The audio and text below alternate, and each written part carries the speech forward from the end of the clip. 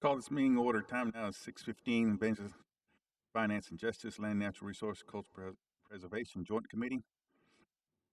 Invocation. I'd like to ask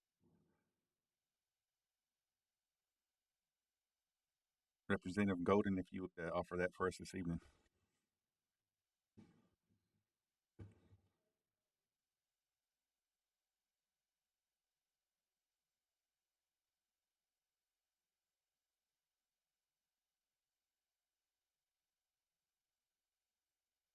All right, thank you.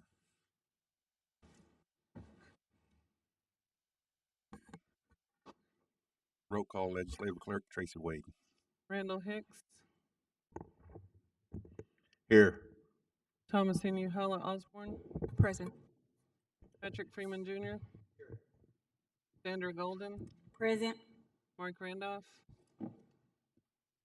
Present. Charles McHenry, Here. Joseph Hicks, Here. Gerald Proctor, Here. Galen Cloud, Nelson Hart Joe Sr. Here. Chairman, you have 6 present and 0 absent.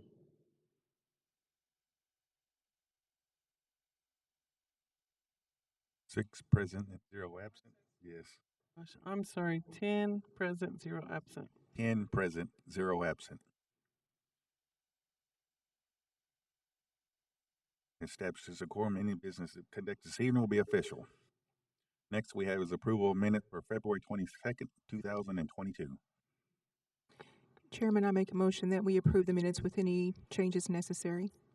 Motion been made by Representative Thomasine Osborne to approve the minutes with any necessary changes. Second. Seconded by Representative Hicks. Roll call. Thomasine Halla Osborne, Yes. Patrick Freeman Jr., Yes. Sandra Golden, Yes. Mark Randolph, Yes. Charles McHenry, Yes. Joseph Hicks, Yes. Galen Cloud, Yes. Nelson Hart Joe Sr., Yes. Randall Hicks. Yes. Chairman, you have 9 in favor, 0 against. 9 in favor and 0 against. So minutes have been approved. Now to order of business. NCA 22-045, a law of Muskogee Creek Nation authorizing an appropriation to the Office of Environmental Services to complete the plan forward for the Fountainhead Creek Golf Course. Sponsors Sandra Golden, co-sponsor Galen Cloud. Chairman, Yes. Motion to do pass. Motion will do pass by Representative Golden. Second. Second by Representative Cloud. Discussion. Yes, Jesse. Thank you, Chair. I would like to invite James Williams from our Environmental Services Department. He passed out a packet of information. I'd like to invite him up to explain that for the council.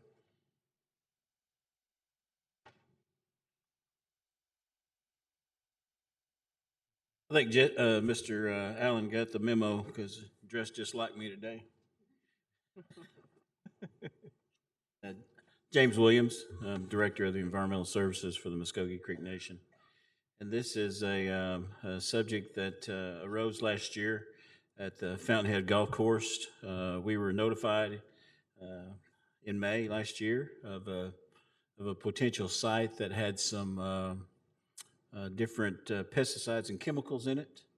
And so after further investigation, we went down and determined, yeah, that's what it is, and it'll have to be cleaned up. The golf course actually notified us of the seriousness of it, so we went down and took a look at it. And then we got with Miss Branson, and then she made contact with the Corps engineers. If you look at the maps of the location, it'll be right here, and about 3 or 4 in, we've been in contract with the Corps since 2005. And so their golf course does use a lot of herbicides and pesticides and different types of chemicals. And if you'll look on the Google Maps where we looked at, the first one was earlier in the year, and we don't have the placement of it.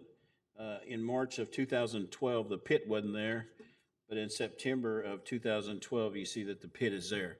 So actually, someone authorized someone to go out there and dig a big pit, 20-foot circumference, 20-foot deep.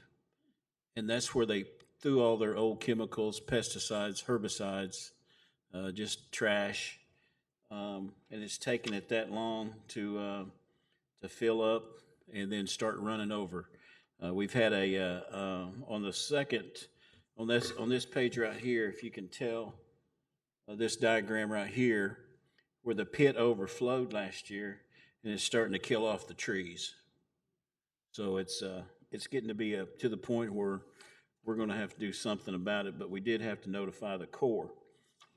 If you keep thumbing through there, you'll get to see a good picture of what the pit looked like when it was overflowing, and all those chemicals were coming to the top. 5-gallon chemicals, 55-gallon, 50-gallon, just made a pretty good mess. Solid waste debris field adjacent to the pit area, so they'd been using that for kind of a dumping ground. We don't own that; we just lease that. So, and they had kerosene drums; they had all kinds of stuff out there, and so we sent them on October the 21st. We sent them a plan, and it's this one right here, dated October 21st, where we got them the boundaries, the lease, the compliance inspection. We did some drone footage. And then we gave them a plan plan of action where we could clean that up. On page 3 was our plan to do some temporary road improvements so we could get some big trucks in there, the solid waste removal of floating material from the pit, dewater the pit, vacuum truck out, remove any debris. The trick here is once we get it all emptied out, we got to sample the sidewalls of the pit and the bottom. Chemicals always go to the bottom, so we may have an additional issue with that, but we're hoping that we don't. It's been 10 years, so I think a lot of that's been diluted. We're hoping that it's been diluted, but we know that it's going to be an undertaking itself. Some additional actions, we also suggested all the golf course personnel get some training on OSHA, RCRA, that's the metals and solids waste, some FIFRA regulations, that's the federal insecticide, herbicide regulations, pesticide use and handling, developing an SOP for chemical storage, handling, and use and disposal, maintain a current chemical inventory, and dispose of outdated and obsolete chemicals. There's some chemicals that we found in there that were pretty old. You can't even buy those anymore. So they've been taken off the market. So it's a deal where we've already done some work out there. We've been trying to get ready to clean it up. We cleared out some underbrush and undergrowth, and Tricia Killian's office helped us with that. But it's still going to be an undertaking. We just couldn't get the go-ahead until we got the go-ahead from the Corps, and they approved our plan. As you can see, on November the 18th, we got a letter from Debbie Overstreet, and they approved our plan for remediation. And so then we sent it to her on the 18th. On the 23rd of February 22 is when our plan was approved, so we were glad about that. And then on the last section part of it is the cleanup estimate, sampling and analytical on the water and the soil, waste removal. Then there's going to be some associated cost to federal roads to bring in a dozer and so much aggregate to just make a temporary road so we can get our semis in there. Solid waste collection, roll-off, tipping, disposal, and then the natural resources for some road clearance.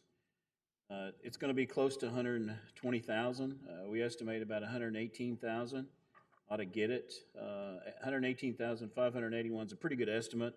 I feel confident that we will be able to get within that or get really close to it.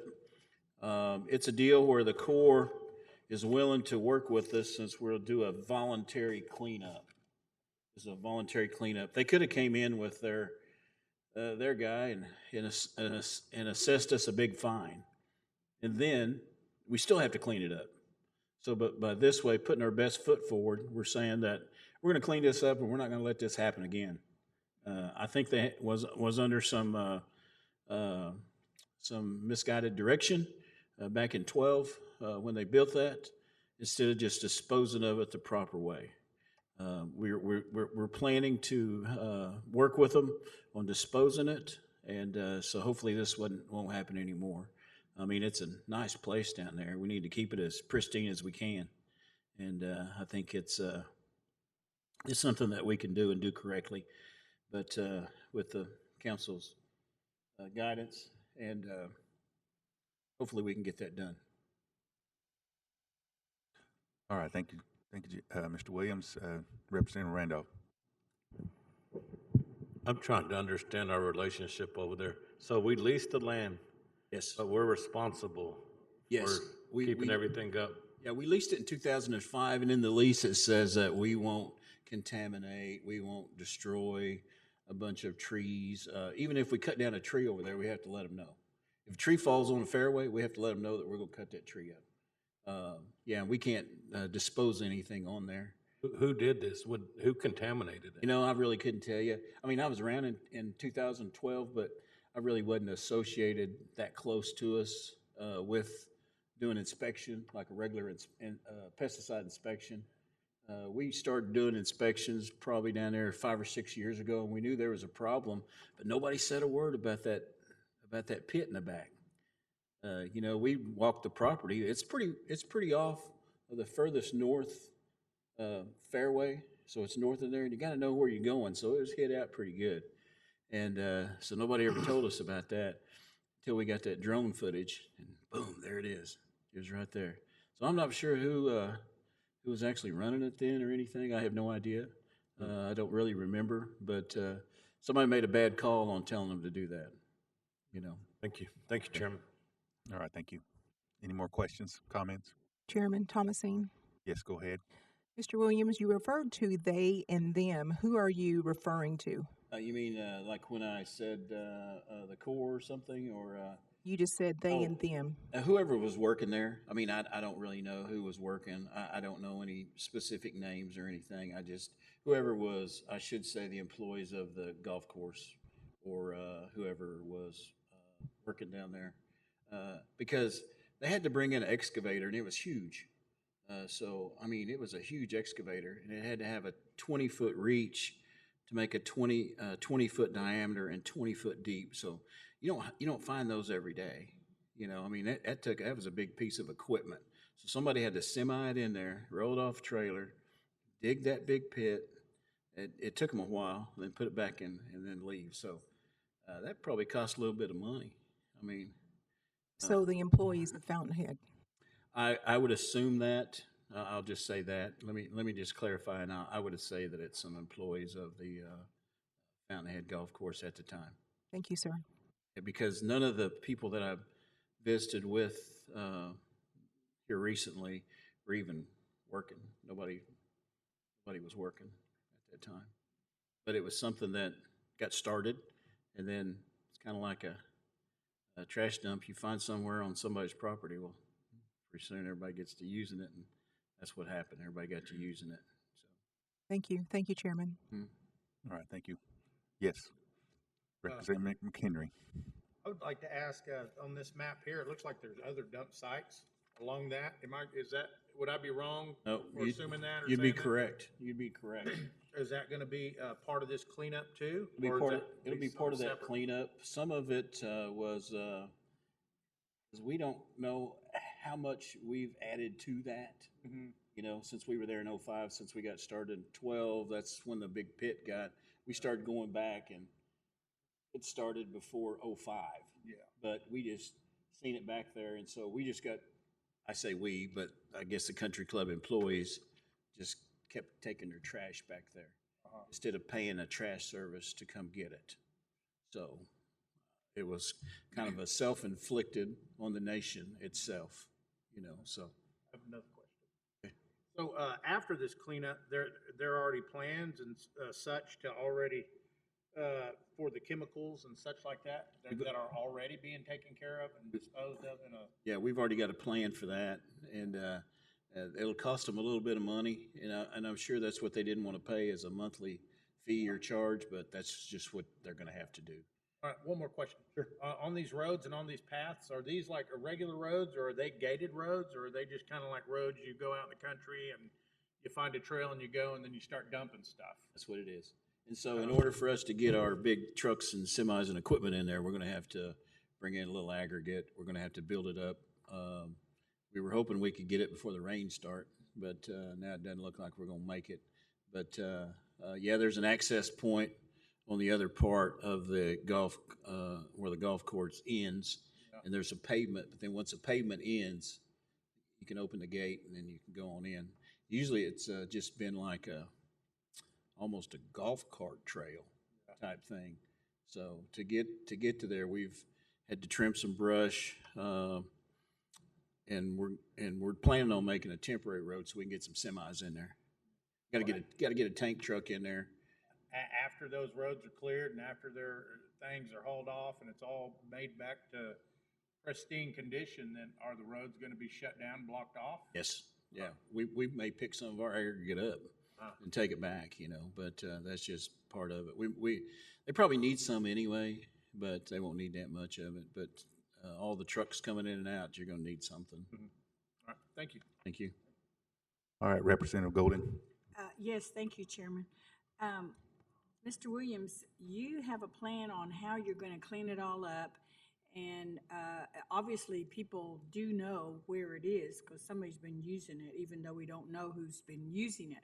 So what plan are we going to put together to keep people from going back and doing that again? I've always told people when they have even a family dump or a site that people's easy access to, you got to put up a good fence, a gate, and a lock.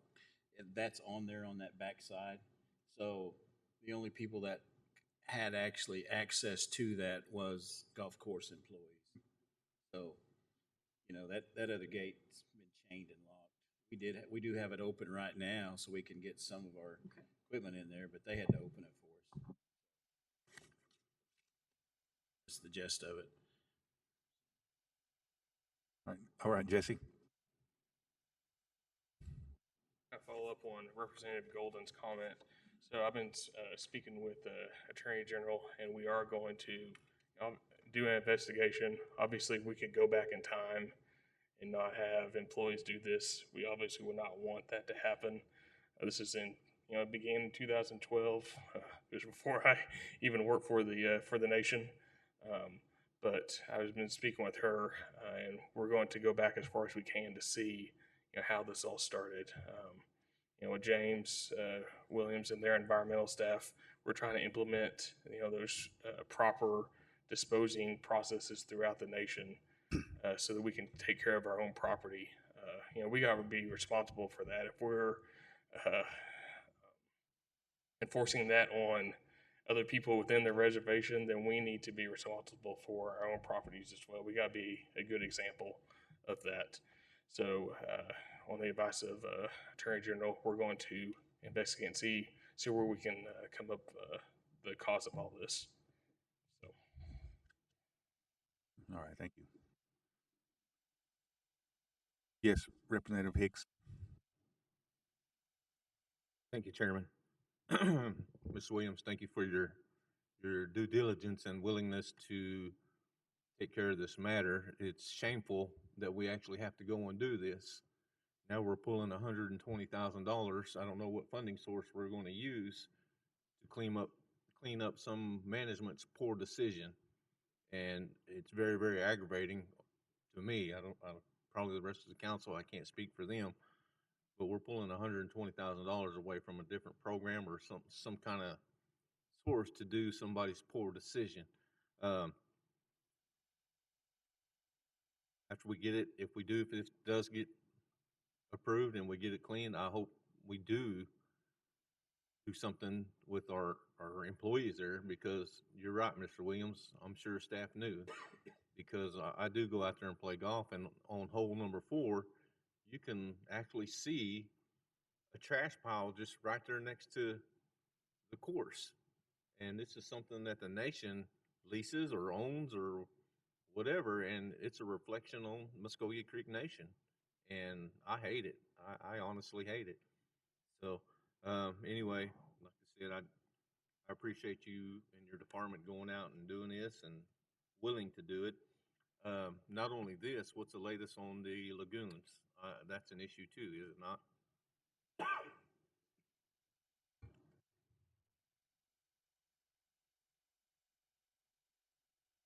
Yeah, we're having an issue with some of our lagoons that are out of compliance. It's been out of compliance. We're going to have to end up closing some lagoons that are tribally owned. We have some that are in some of the communities that are associated that they don't use anymore, just like Kellyville. They don't use that big lagoon anymore. It's got a nice fence up there, but if you're not going to use it, you're supposed to close it within so many months, and it's been years since we have that in operation. The one at Duck Creek is severely out of compliance. I know the EPA is going to come up and look at our meat processing plant in July, and I'm sure they'll want to go across the street and look at Duck Creek, and that is so far. If you've ever gone north to Tulsa, just look over there and look at that lagoon. It's got to have a good fence. You can't have anything in your berm. It's got trees in it. It's overgrown, hadn't been mowed, and I don't know how long since they went to the drip system. They haven't been using it, but you either take care of it or you close it. So those are your options. We have more. We have the Okema Casino has two lagoons back there, and we still have some that we're trying to close with the housing that are some really big lagoons that have really big problems. Some of them don't even have fences around them or anything, and so we've had to actually run people out of them that were swimming in there. We said, you can't swim there. And we have some that have been overgrown so much, we have duck blinds there because we find shotgun shells. Yes, Mr. Proctor. Does this pertain to legislation? Yeah, I'm fine. I just answered his question. Okay. Sorry. Sorry about that. I didn't know if this or not. All right, Representative McLeod. I just have one quick question on that. If this gets approved, how long is the time frame to get this cleaned up? I think we can do it fairly quick. The company that we use, we've used Basin Environmental before. They keep asking me, "Hey, when you ready? When you ready?" They're ready to go. We just have to get our crews to a scheduled up because we're going to use the roads and our crew and natural resources with Patricia Killian's group. So, but I'm thinking we'd make this a priority. So, I would think it would happen fairly quick. Okay. Thank you, sir. Okay. Thank you, Chairman. All right, thank you. Any more comments or questions? Yes, Representative Golden. A funding source? We have to wait till we pass it before we get a funding source?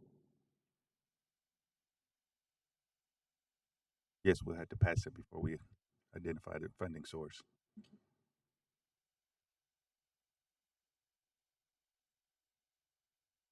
Representative Hicks.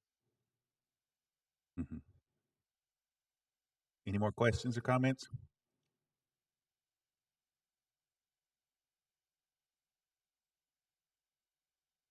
Hearing none. Roll call vote. Sandra Golden, Yes. Mark Randolph, Yes.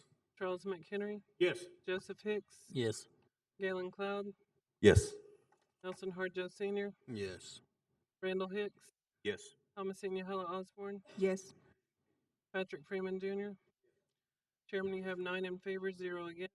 9 in favor and 0 against. That motion passes. The funding source will be economic development and land acquisition. That concludes the order of business. Now we're down to other business. Do we have other business? Hearing none. Announcements. Do we have any announcements? I believe planning session will be starting following completion of this committee agenda. And now we're down to adjournment. Motion made by Representative McHenry to adjourn, Second. seconded by Representative Cloud. Oh, excuse me, Harjo, Representative Harjo. All in favor say aye. Aye. Any opposed? All right, benediction. I'd like to ask Representative Cloud if you offer that for us this evening.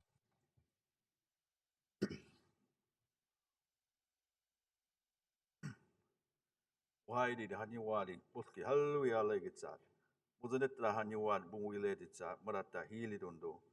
Avonagi, Madamui des Ya, Azulagata, Madamui des Nagafka, Nagides, Bonais Huyan, Buhi Angadi. Madamui des Agislezi Dundui.